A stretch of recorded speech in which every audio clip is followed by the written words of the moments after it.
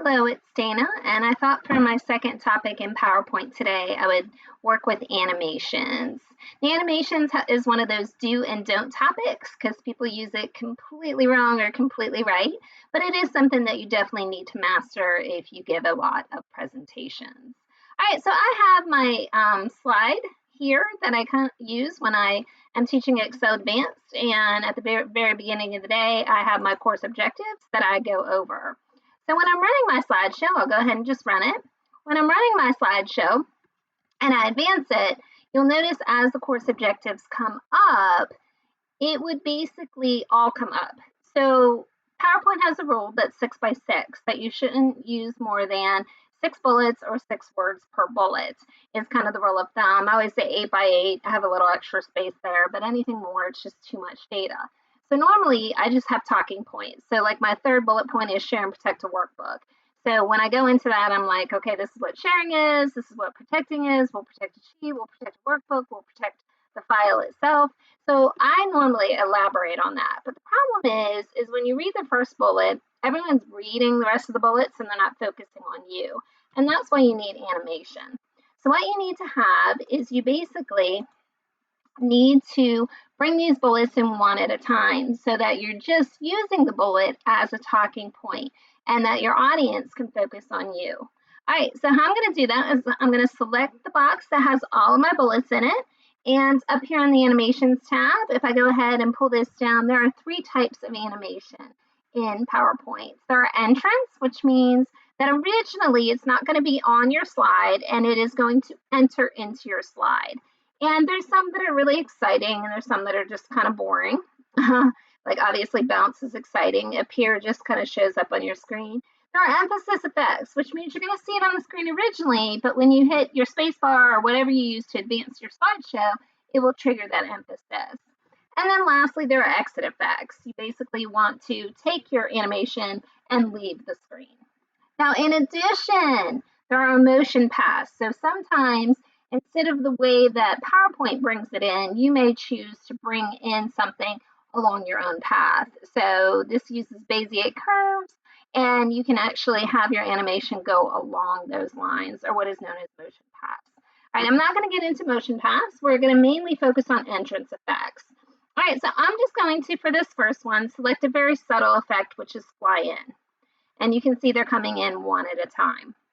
All right, so if I see these have been numbered, and now if I run my slideshow, when it comes up, it'll just be course objectives. I have to advance it. And I say, class, the first thing we're going to be using is 3D reference. What a 3D reference is that's when you're adding across worksheets, when you're adding the same cell across worksheets. We're also going to link cells from other workbooks to pull over that data so that if those workbooks change, you'll see that relative, blah, blah, blah, blah, blah. So now you're focused on me because you don't actually see all the other bullets to be able to read. I have to sit here advancing each one. All right, so that's why you want to animate to begin with. Very, very important. Now you can do other things and kind of make it cooler. Instead of picking from just these animation styles, if you actually bring up your animation pane. So your advanced animation, if I bring up this animation pane, I can see here's my 6 things. Now, if I want to modify anything about any of those, if I go ahead and click, you can change those. I can remove the animation. I can change the timing. If it's a self-running slideshow, you can change that timing. Or what I'm going to show you is effect options. All right, so here's my effect options. My text is animated by first level paragraph. That would be bullets. Here's where you go in if you have sub bullets, because you may want to bring in the main bullet and then the second bullet. So, excuse me. So you would say by second level paragraphs. All right, what I'm in here for is back on the effect tab. After the animation, you can actually choose to dim it. And these are going to be your theme colors, but I'm going to dim it to gray. And I'll click OK. All right, so as you see, once they come in, they turn gray. So again, if I'm running my slideshow and I advance it, as soon as I'm done talking about that point, it's going to turn gray and the next one comes in. It's going to turn gray. So I'm moving my focus to the one that I'm on and off of the other ones. All right, so that's dimming. So that was an advanced animation. All right, Now you can also animate smart art. So I taught you in my last tutorial that you should be using smart art instead of bulleted list after bulleted list after bulleted list. So I'm just going to go ahead and duplicate this slide. I'm over here in my outline view. I'm just going to do a Control D to duplicate that slide. And now I have a slide that looks the same. I'm going to take this third slide. I'm just going to show you how to convert that again into smart art. So I'm going to right click it. And I'm going to go ahead and say I'm going to change this to smart art. Sorry, convert to smart art. And then I can pick my style. So I'm just going to pick this style. Looks wonderful. Maybe you want it a little more, animated, look a little bit better. Maybe you want to change the colors. Again, these are your theme colors, but I'll change my colors just slightly. All right. So anyhow, right now, again, this is coming in. If I run my slideshow and I have this, it comes in. No one's focused on me. They're reading all the other course objectives for the day.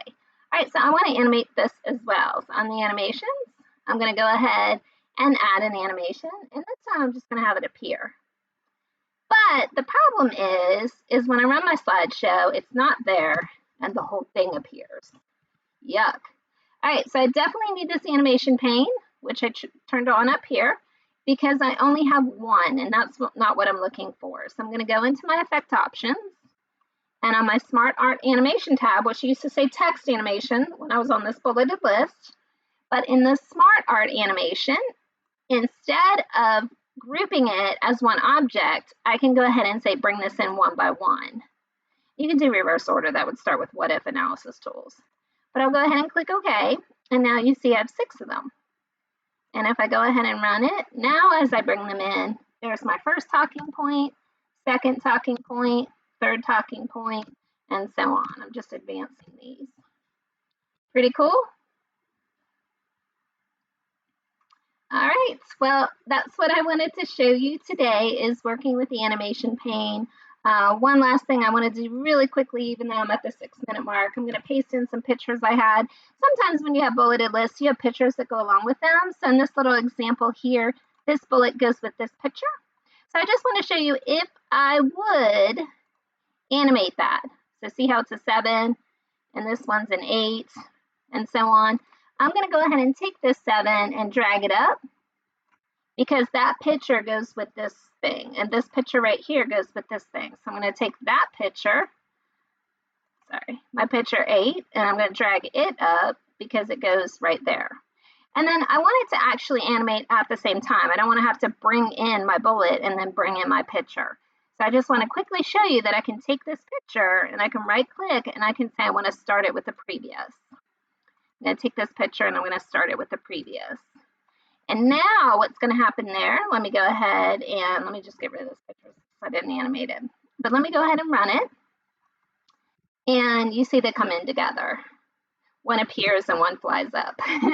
Not the best effect together, but I just wanted to show you there that they're linked together. So when the bullet comes in, the image comes in, bullet comes in, image comes in. So you can do a lot more with this animation pane. So if you haven't tried out a lot with the animation pane, this is how you can modify it. It's really helpful in a self-running slideshow where you're using timings. It's really, you have to use this animation pane to get it exactly right where you want your items. I hope you learned something today in this tutorial about animations. Thank you.